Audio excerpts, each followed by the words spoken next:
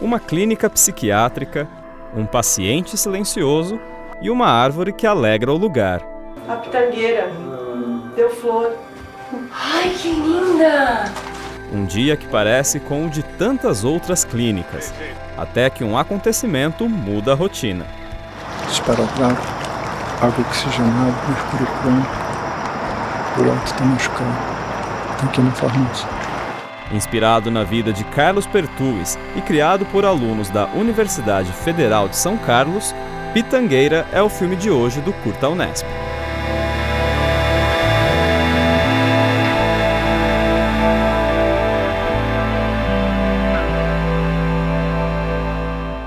Olá, seja bem-vindo ao Curta Unesp, o programa que põe em cartaz produções universitárias e independentes de todo o Brasil.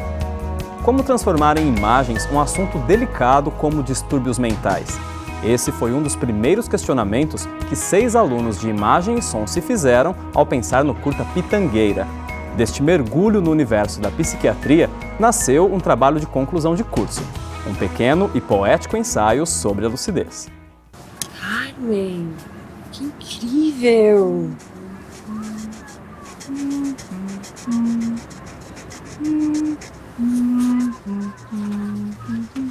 Vai ficar bonito, hein, José? Olha aqui o meu, que colorido que tá. Ó, José, olha pra cá, ó. Tá vendo? Que colorido. Deixa eu ajudar você. O seu tá muito triste, preto e branco. Quer ver? Usa esse aqui, ó. Vou te ajudar. Para conhecer o trabalho de pesquisa por trás de Pitangueira e também falar da experiência de abordar um tema tão delicado, nós recebemos o diretor do filme, o Juliano Parreira. Juliano, muito obrigado por estar aqui no Curta Unesp com a gente. Pô, obrigado vocês, muito bacana estar aqui para falar do nosso TCC e é um prazer mesmo. Juliano, e para a gente começar, como que surgiu a vontade de fazer um curta sobre psiquiatria?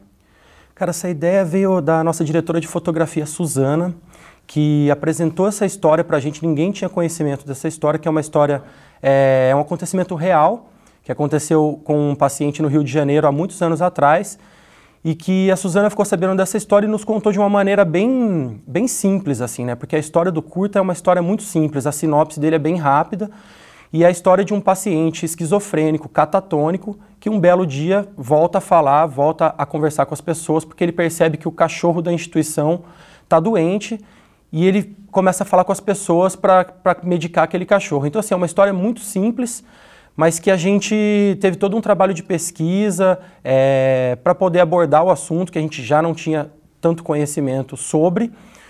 Mas, assim, o que a gente mais fala é que é uma história sobre relações humanas, né? Assim, independente da doença e daquela instituição, a gente quis abordar muitas relações humanas, independente de qualquer coisa, de qualquer pessoas que estavam dentro daquela clínica, sejam eles pacientes ou enfermeiros, médicos ou qualquer visitante daquela clínica.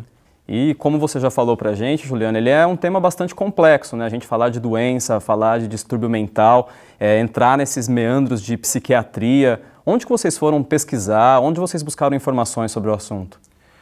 Bom, então a gente acabou pesquisando muito em filmes e livros, que a gente foi atrás mesmo na internet, pesquisamos para saber, mas o contato com instituições e profissionais da área também foi muito importante para a gente conhecer mais sobre o assunto e não desrespeitar, de alguma maneira, tanto os pacientes como as doenças, como os familiares, como qualquer outra coisa que esteja envolvida. Então, assim, a gente conversou com alguns professores de psicologia, fomos em alguns hospitais psiquiátricos em Rio Preto, em Londrina, em São Carlos, e tendo um contato cada vez mais próximo com qualquer pessoa que pudesse chegar até a gente com informações. A gente criou um blog para as pessoas se aproximarem desse universo e talvez compartilhar com a gente algumas informações e até entrar em contato com algumas famílias que já tinham casos de esquizofrenia, de bipolar.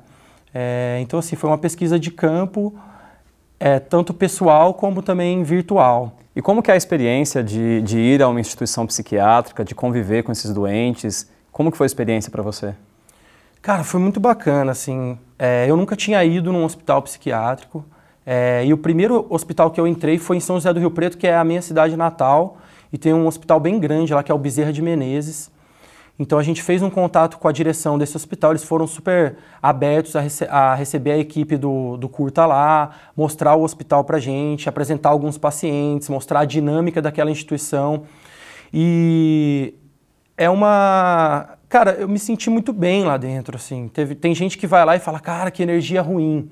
Mas eu me senti muito bem lá dentro, porque são pessoas normais, são pessoas que conseguem conversar com você, a maioria delas. E muitas delas você fala, meu, o que essa pessoa tem, sabe? E depois você vai descobrindo que às vezes tem algumas crises, tem algumas reações mesmo durante o dia, durante a vida dessas pessoas. E essas visitas foram muito bacanas para a gente sacar como é o funcionamento dessa instituição, como aqueles pacientes se portam em determinadas funções do dia e como que os profissionais também lidam com aquilo, né? Então, assim, acho que o que mais me marcou nessa instituição foi realmente o contato com os pacientes, assim, ver que eles estão ali, que muitas vezes a família abandonou, não tem muitos amigos, mas que, como eu volto a falar, a relação pessoal ali dentro é muito forte, até entre eles, entre os profissionais e os doentes, e entre os visitantes, porque às vezes a família não vai mais visitar, e quando aparece uma pessoa nova, eles se sentem super abertos para falar, para querer conversar, para estar... Esse contato foi muito bacana para a gente desenvolver o roteiro e ter essa sensibilidade um pouco maior sobre essas doenças. Como o Juliano já comentou, uma das principais inspirações para o curta foi a vida de Carlos Perthuis. Interno de um hospital psiquiátrico por quase 40 anos, ele se destacou pela produção artística. Nos anos 80, sua vida foi transformada em filme. Foi assim que nasceu o documentário Imagens do Inconsciente, A Barca do Sol. Conheça mais sobre esse artista. Mandalas, formas geométricas, abstrações e muita cor. As mais de 21 mil obras feitas por Carlos Perthuis são os melhores registros de sua vida. Nascido em 1910, Carlos assumiu a responsabilidade de cuidar da família após a morte do pai. Aos poucos, o peso da tarefa afetou sua saúde mental. Os surtos se tornaram frequentes e, em 1939, a família resolveu interná-lo em um hospital psiquiátrico. Confinado, ele logo se identificou com as artes plásticas e deu início a uma extensa produção de quadros e desenhos. Além da paixão pelas artes, Carlos era um amante dos animais. Os cães Sultão e Sertanejo foram grandes companheiros durante a vida no hospital.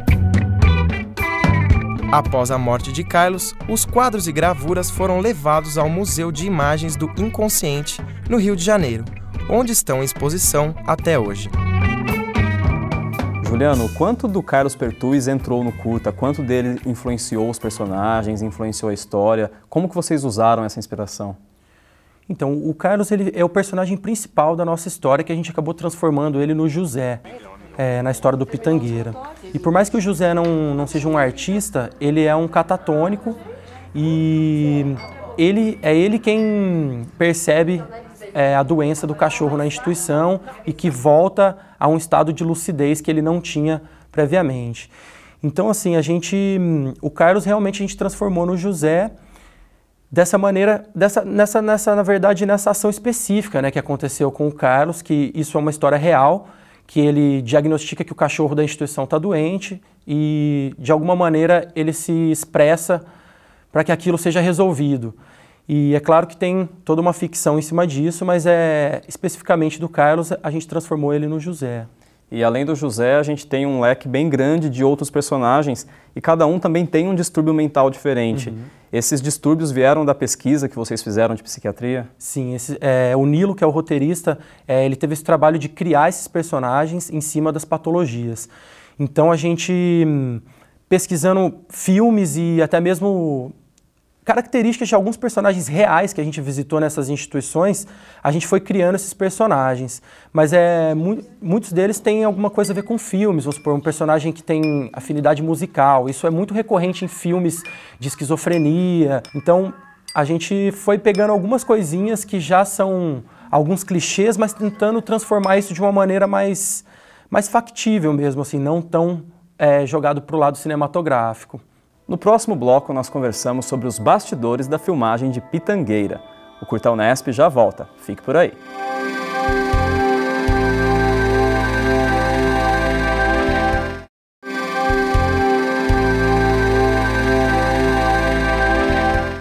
Estamos de volta com o Curta Unesp e hoje conversamos sobre Pitangueira. O filme foi produzido em 2010 por então alunos da Universidade Federal de São Carlos. Tá bonito o dia, viu? Oi, Márcio. E aí, Maria, tudo bem? Ué, teu irmão não veio hoje? Ele tá estudando muito esse ano. Ele até me trouxe uns livros pra eu ler. Ah, é? Já li tudo. Ainda bem que semana que vem eu vou embora, né? É. Essa semana ele tá na casa dos meus avós. Minha mãe disse que vai buscar ele só na segunda-feira. Ah, que pena. Você fica meio triste. Não, eu tô bem agora. Ah, é? É, eu acho que já tá até na hora de eu ir embora, né? Eu tô pronta pra ir. Juliano, algo que dá sempre muito trabalho quando a gente faz cinema é fazer gravação com animais. E porque animal é sempre algo muito imprevisível, a gente nunca sabe o que eles vão fazer. E no Pitangueira vocês têm um cachorro, que é um dos elementos principais da história, e eu queria saber como foi essa experiência, como foi ter um animal no set de filmagem. Cara, um desafio. Primeira vez que a gente fez isso, assim, em 4 anos de imagem e som, a gente nunca tinha feito um trabalho com animal. Mas sem ele a história também não existia, então a gente se propôs a fazer.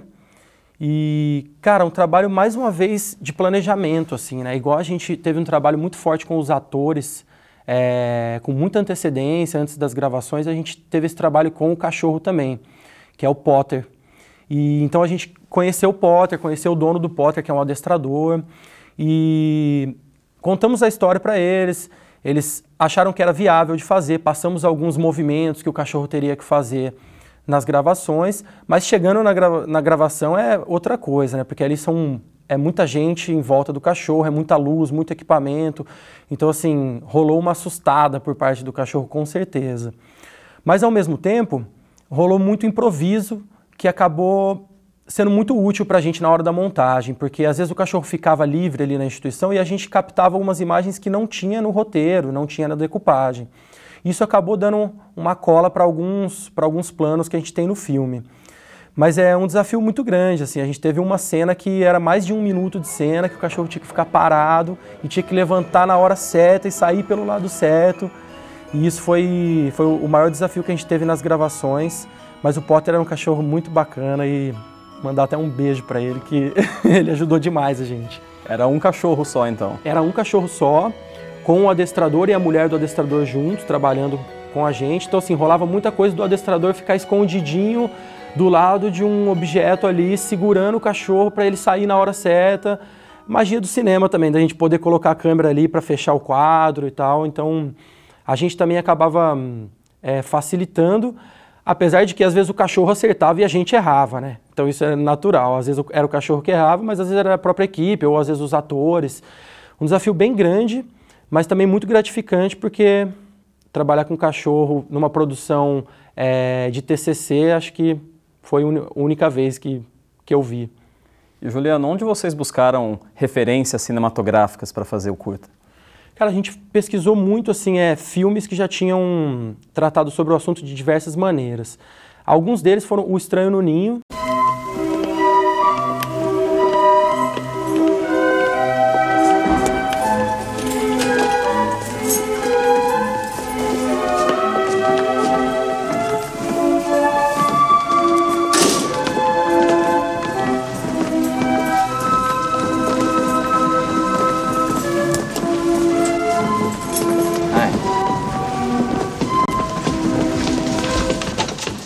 O Bicho de 7 Cabeças.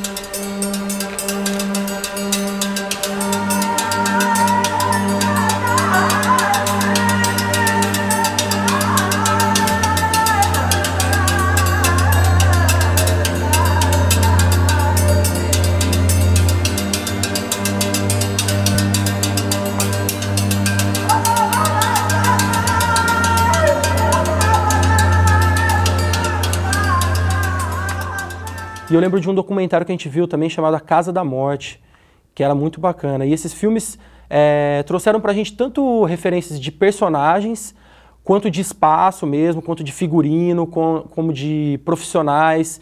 Então, assim, a gente analisava cada um desses filmes com muito carinho, assim, para procurar mínimas coisas que a gente quisesse colocar dentro do nosso filme. E sempre buscando também evitar coisas que já estavam muito explícitas ali, já muito batidas. Então, assim, personagens muito caricatos a gente evitava, mas era bom porque a gente via aquilo para evitar. Então são filmes que a gente viu e tem muitos outros filmes que a gente acabou vendo que eu não me lembro agora, mas foi uma pesquisa de filmes muito grande que a gente fez, assim, tanto para personagens como para até decupagem mesmo. E foi um processo bem importante para o nosso filme, com certeza. Juliano, o Pitangueira ele se passa quase que exclusivamente na clínica psiquiátrica em que os pacientes vivem, em que os personagens vivem. Como que foi o processo para vocês encontrarem essa locação, encontrar o lugar que ia receber essa clínica? Esse processo também foi bem importante porque a gente precisava de um espaço grande, porque a maioria do filme se passa numa sala comunal, né? Então seria uma sala onde esses pacientes convivem. Então teria que ser um espaço grande e maior ainda, pensando que teria uma equipe com uma câmera ali, com recuo e tudo mais. Então a gente passou por um processo de pesquisa de locais mesmo. Fomos atrás de casas, chácaras, sítios e numa produção cinematográfica de universidade, a gente teve que botar na balança o que a gente queria e o que a gente podia pagar e o que era mais viável para o nosso grupo desenvolver esse projeto. E a gente achou uma chácara muito bacana perto de São Carlos, que tinha todo um ar rústico, assim, que no começo a gente falou, puta, não sei se é isso, saca? Se essa instituição tem esse ar, mas a gente assumiu mesmo uma instituição de classe média, com alguns pacientes ali que teriam uma condição de bancar uma clínica particular, mas que foi um ambiente também que trouxe um ar muito bacana para o filme, de cor mesmo, a gente conseguiu montar uma sala bem legal que tinha 4 ambientes numa mesma sala, então assim, essa sala já contemplava muito o espaço que a gente procurava, e a gente acha que foi o melhor lugar que a gente conseguiu, assim, pelo custo que a gente podia pagar, porque a gente acabou achando outros locais que poderiam ser melhor, mas assim, era um custo muito alto que a gente não tinha condições de bancar. E também não traz um significado tão agressivo, tão opressivo para uma clínica. Isso também passou pela cabeça de vocês? Também. Quando a gente estava discutindo o conceito de arte do filme, a gente até pensou nisso. Falou, gente, e aí? Porque algumas clínicas são bem trash, assim. Você vê que o espaço não é bem cuidado, não é muito limpo, não é grande, muita gente para pouco espaço. Então a gente tinha essa possibilidade também. Mas até por não ter muitos atores para atuar, então assim, a gente também não tinha tanta gente ali, tanta coisa, a gente preferiu por fazer nesse ambiente um pouco mais clean mesmo, não cair muito no bicho de 7 cabeças, que já é uma instituição um pouco mais densa. E algo que vocês, inclusive, sempre destacam também na produção do Pitangueira é o fato de ele ter sido produzido de uma forma bastante colaborativa, de uma forma coletiva. Como foi esse processo? Cara, esse processo, assim, é o que eu gosto muito de falar do filme, porque poucas vezes eu trabalhei com cinema dessa maneira. E nesse projeto a gente conseguiu desenvolver esse projeto bem coletivamente mesmo.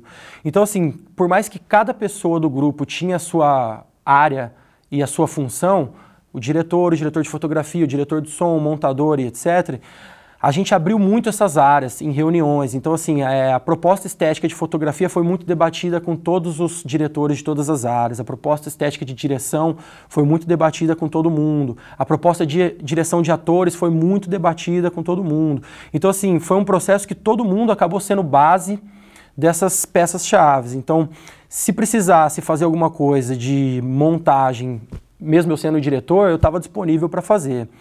E contando que o nosso grupo não tinha produtor, a gente teve que se dividir para captar recurso, para realmente botar a mão na massa ali e fazer as coisas acontecerem. E isso foi muito bacana, porque ninguém se colocou numa posição de não, eu não faço isso, eu não faço aquilo. Todo mundo estava disposto a aprender se fosse necessário. E esse trabalho refletiu muito no set, porque o nosso set foi muito tranquilo, foi muito corrido, mas ao mesmo tempo muito tranquilo, um clima muito bom. E isso reflete claramente no produto final, assim. Todo mundo da equipe saiu muito satisfeito. Lógico que todo mundo fala, não, podia ter ficado um pouquinho melhor aqui, um pouquinho melhor ali, mas o nosso processo foi lindo, assim. A gente realmente saiu desse projeto muito feliz, todo mundo muito bem, e eu já participei de filmes que as pessoas não se falaram mais, assim, porque fazer cinema é tenso, é estressante, porque é muita coisa em pouco tempo.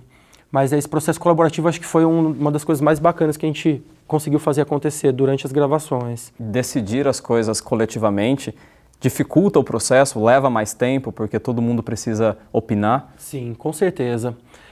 Leva muito mais tempo, todo mundo tem que estar muito mais disponível para participar de reuniões que não tem a ver com a sua área, Mas isso aí foi o que eu estava falando, reflete muito na frente, né? Acho que é um planejamento que o grupo tem e uma abertura que as pessoas se dão para que o processo lá na frente seja facilitado.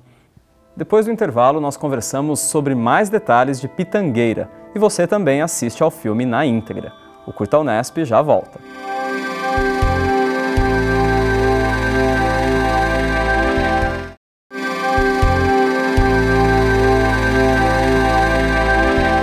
O Curta Unesp está de volta, hoje com o filme Pitangueira. Livremente inspirado na vida do artista plástico Carlos Perthuis, o curta foi criado por 6 alunos da Universidade Federal de São Carlos. O Otto vai virar música. Otto vai virar música. Ele vai entrar no meu concerto. Eu vou tocar no meu concerto. Mas é que eu precisava de um instrumento melhor. Igual aquele que o pessoal do teatro me roubou. E se eu te arrumasse uns copos novos? Você cuida? Cuido. Juliano, finalizando a conversa que nós tivemos sobre a produção colaborativa do Pitangueira no bloco anterior, o financiamento para esse filme, a renda, a verba, também veio de uma forma bastante colaborativa. Como que funcionou? Primeiramente, a gente já tinha, dentro da equipe, pactuado que cada integrante oficial da equipe iria contribuir com uma caixinha de R$100 por mês. Então, já somando isso aí, a gente já tinha uma grana legal para fazer o filme, mas que ainda não era o suficiente para o que a gente queria fazer. Então, assim, além desse dinheiro que saiu dos próprios integrantes, a gente viabilizou através de rifa, festa, doação de parentes e até mesmo apoios e patrocínios, né, que a gente acabou batendo na porta de muita gente para pedir, apresentando um projeto comercial. E além do dinheiro, a gente conseguiu muita coisa como apoio mesmo. Então, vamos supor, móveis que uma loja de móveis emprestava para a gente, ou até mesmo comida para a equipe que um restaurante fornecia para um dos dias. Então, assim, nessa produção universitária, a gente tem que ir se virando do jeito que dá, ainda mais que a gente não tem só o filme para fazer durante o ano, então é muita coisa que acontece e, ao mesmo tempo, você tem que ter muita perna para correr e viabilizar as necessidades daquelas gravações, né? É bastante comum essa caixinha, então, entre os universitários. Pelo menos na UFSCar, que é onde a gente se formou, é bastante comum. Todos os grupos do meu ano contribuíram dessa forma e... Na verdade, o nosso departamento de artes e comunicação da UFSCar, ele até oferece muita coisa para a gente, de equipamento de luz, câmera, equipamento de som. Mas no fundo você tem que alugar uma locação, você tem que pagar a alimentação de toda a equipe, você tem que gastar com gasolina, com tudo mais. Os gastos são altos, fazer cinema não é barato e você vê que o nosso orçamento chegou próximo de R$12 mil. Então é muita grana investida para se fazer um filme de 18 minutos. Vocês conseguiram até ser beneficiados pela Lei Rouanet, né? Exatamente. A gente escreveu o projeto na Lei Rouanet, foi aprovado, mas por falta de tempo e perna a gente não conseguiu captar a grana. Então, assim, se você não capta uma certa porcentagem, você não pode mexer no dinheiro. Então, assim, a gente foi aprovado, mas infelizmente não usamos dessa lei para viabilizar o nosso curto. Foi totalmente independente e colaborativo, porque se a galera não colabora, fica muito difícil. Juliano, e o curta ele é bastante centrado na figura da pitangueira. É algo que já está, inclusive, no título do curta. De onde veio esse símbolo? Esse símbolo apareceu com o Nilo mesmo, roteirista. Assim, em nenhum momento a gente tinha pensado em alguma árvore, e muito menos numa pitangueira. E quando o Nilo trouxe o primeiro tratamento do roteiro para a gente, uma primeira proposta de roteiro, o filme ele já tinha esse nome na cabeça dele, que era Pitangueira. E assim, no começo ninguém entendeu. Falou, Nilo, mas por que uma pitangueira, saca? Por que não, sei lá, uma mangueira, uma jabuticabeira? E ele, assim, não tinha uma explicação, não existia não, é pitangueira porque a pitanga representa não sei o quê. Era só uma pitangueira e a gente foi se ligando que aquilo era uma metáfora mesmo, que a pitangueira nem aparece no filme, né? Chegou até no começo das gravações, a gente até, do planejamento, a gente chegou até a pensar, não, precisa de um lugar que tenha uma pitangueira. E a gente viu que era impossível achar um lugar com uma pitangueira ainda dentro de tudo que a gente precisava para gravar. E a pitangueira foi ganhando força, saca? Esse nome foi ganhando força dentro do grupo, todo mundo gostou desse nome, todo mundo achava um nome que não remetia diretamente a uma clínica psiquiátrica. Então, assim, foi um nome que cresceu metaforicamente dentro do grupo, com as pessoas que estavam próximas do projeto. E ela no filme acho que representa muito isso mesmo. Ela é metafórica, mas ela está presente. Você sabe que a pitangueira está ali, as pessoas falam dela.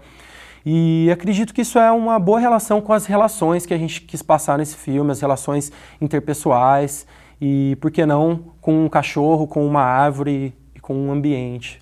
Nós conversamos com o Nilo e ele até comentou pra gente que aí ao longo do processo vocês começaram a ter várias coincidências com pitangueiras, de que a orientadora tinha uma pitangueira. Exato.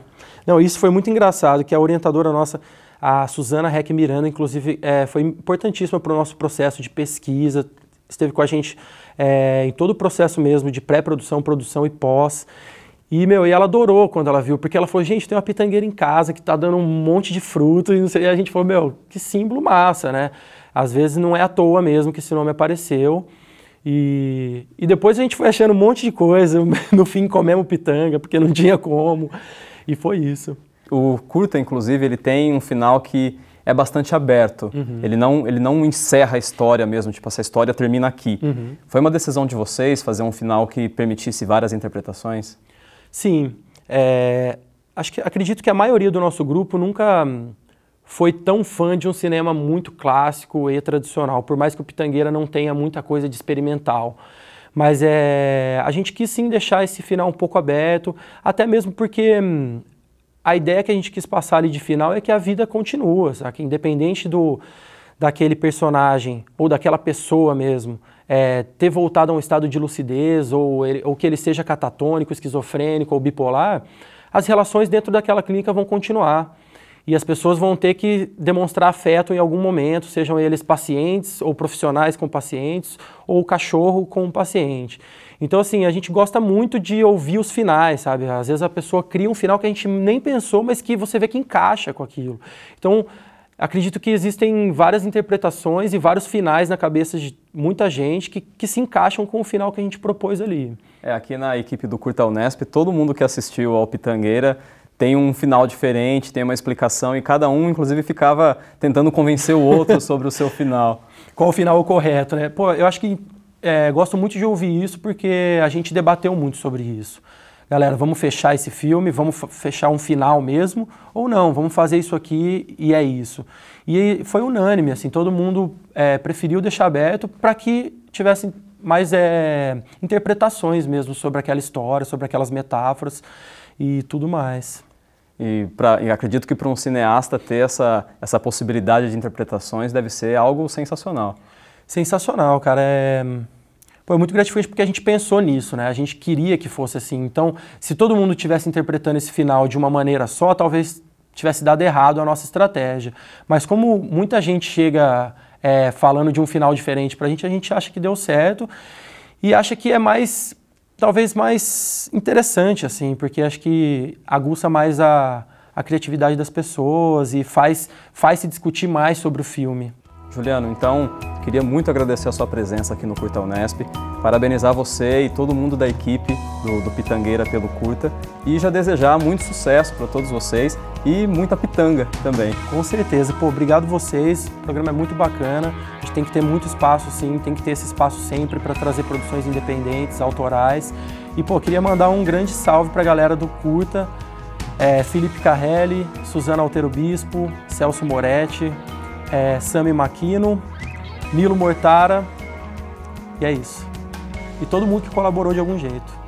Na página do Curta Unesp você assiste a Pitangueira na íntegra e também pode assistir novamente os programas anteriores. Obrigado pela sua companhia e até o próximo programa.